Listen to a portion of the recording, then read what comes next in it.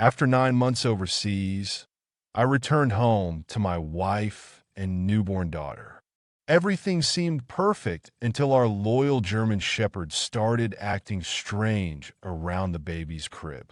His desperate barking led me to investigate, uncovering a secret that would shatter our family forever. Get a cup of coffee and settle down, because this story is inspiring from start to finish. Don't forget to like, share, and subscribe for more inspiring stories. I couldn't stop staring at her sleeping face, memorizing every detail like I was afraid she'd disappear if I blinked. My daughter, my daughter. After 9 months in Dubai, living through endless video calls and blurry ultrasound photos, I was finally home to hold my precious Jenna. The weight of her in my arms felt like an anchor, grounding me after months of floating through life in a foreign land. "She has your nose," Ruby whispered beside me, leaning in to give me a hug. I kept telling Mom that during our calls. And look at those little wrinkles when she dreams. She's so much like you. I turned to kiss her, breathing in the familiar scent of her coconut shampoo, letting myself sink into the comfort of my home. I missed you both so much. The apartment in Dubai was just a place to sleep, but being here with you too, this is home. "We missed you too," Ruby replied. "It was hard going through this without you." Max, our German Shepherd mix, sat quietly at my feet, his tail thumping softly against the nursery floor. He hadn't left my side since I walked through the door 6 hours ago, except to check on the baby whenever she made the slightest sound. His presence was reassuring, a constant guardian watching over our little family. "He's already the best big brother," Ruby said, scratching behind his ears. "Aren't you, boy? He sleeps right here every night, keeping watch. Just like he used to do with my shoes." I chuckled, remembering how he'd guard my work boots before I left. "Remember that, buddy?" Those first few days felt like floating in a dream. We settled into a rhythm of diaper changes and midnight feedings, stealing kisses between baby duties. Max watched over us all, his brown eyes alert but peaceful that I caught up on all the little moments I'd missed with Jenna. Her first smile, the way she'd scrunch her nose before crying, how she'd grip Ruby's finger while nursing. Everything felt perfect, too perfect. The first crack appeared during a 3 a.m. feeding that I'd gotten up to warm a bottle when I heard Ruby's whispered voice from the living room. The soft yellow light from her phone screen cast shadows across her face, making her look somehow older and worn. "I can't keep doing this," she was saying, her free hand twisting nervously in her hair. "He's home now," and she stopped abruptly when she saw me, ending the call with a quick, "Mom, I've got to go." But it wasn't her mom. I knew the way she talked to her mother. Casual, relaxed, punctuated with little laughs.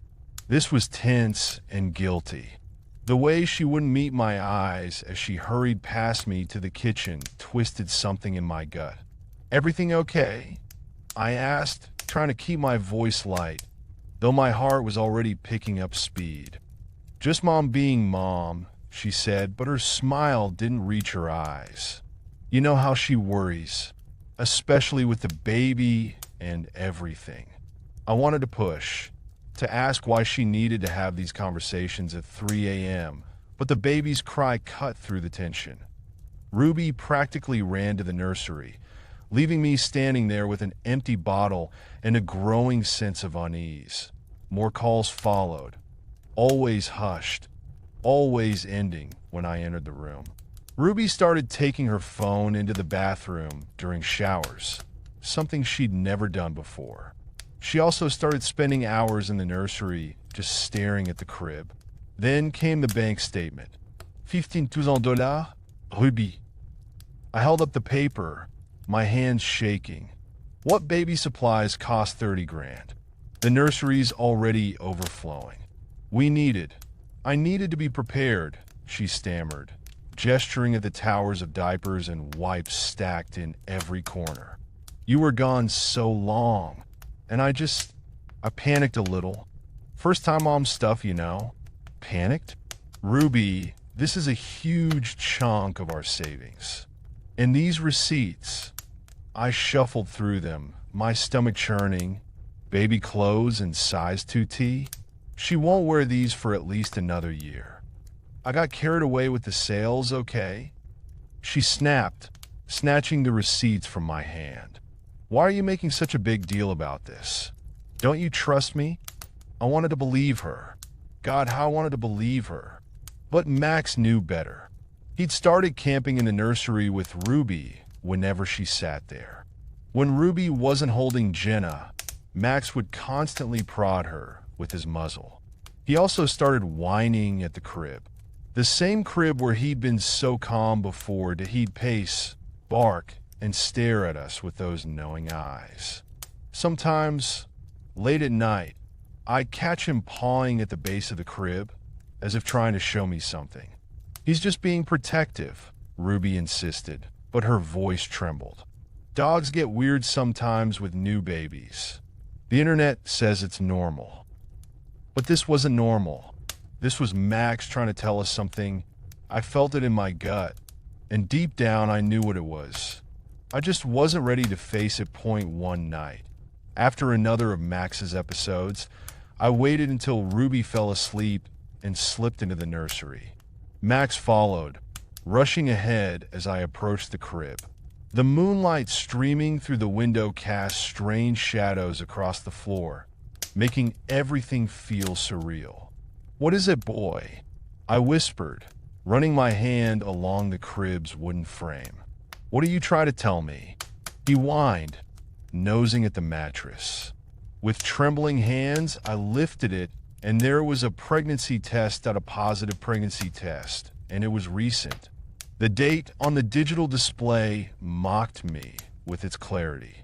My daughter was 3 months old. I'd been home for 2 weeks. There was no way. "John?" Ruby's voice behind me made my blood run cold. I turned slowly, the test clutched in my hand like a burning coal. "When?" It was all I could manage, though 1,000 other questions screamed in my head. She crumpled against the doorframe, tears already falling. It was one stupid night when I was staying at Mom's. James, you remember James from college? He reached out, and I was so lonely. Jenna was colicky, and you were so far away. It felt like she just ripped my heart from my chest and stomped on it. Max pressed against my leg and whined. He saw me hide it. She continued, gesturing at Max. "I think he's been trying to tell you. Dogs always know, don't they? When something's wrong." I laughed, a harsh, broken sound that scared even me. "So our dog is more loyalty than my wife? Is that what you're telling me?" "Please," she begged, reaching for me. "We can work through this. I love you. It was a mistake, one terrible mistake." I stepped back. "Love? You've been lying to my face for weeks. Planning God knows what with that money. Were you going to run? Take my daughter and disappear?" Her silence was answer enough. Jenna started crying then, her wails cutting through the thick tension like a knife. "Go to her," I said, my voice hollow. "At least one of us should comfort her." I packed a bag that night, my vision blurred with tears as I threw clothes into a duffel. Max watched from the doorway, ready to follow. Each item I grabbed felt like another nail in the coffin of our marriage. "Take care of Jenna," I told Ruby as I headed for the door, Max at my heels. "I'll have my lawyer contact you about the custody arrangements." She called every day for a week, then every other day. Finally, we met at a coffee shop, neutral ground, to talk about divorce proceedings. The sight of her, pale and drawn, still made my heart ache despite everything. "I never stopped loving you," she said, her eyes red-rimmed. I know you probably don't believe that anymore, but it's true. Love isn't enough if it doesn't include faithfulness. I stood up. You broke something that can't be fixed. Trust isn't like a vase you can glue back together. Once it's shattered, the cracks always show. In the end, it was my dog who showed me the truth and who stayed faithful when my world fell apart. Some might call it ironic, a dog being more honest than a human. I must call it love, the real kind. Looking down on my faithful companion that evening, I managed a small smile. Just you and me now, boy. His tail wagged once, and somehow I knew we'd be okay. Not today, maybe not tomorrow, but eventually.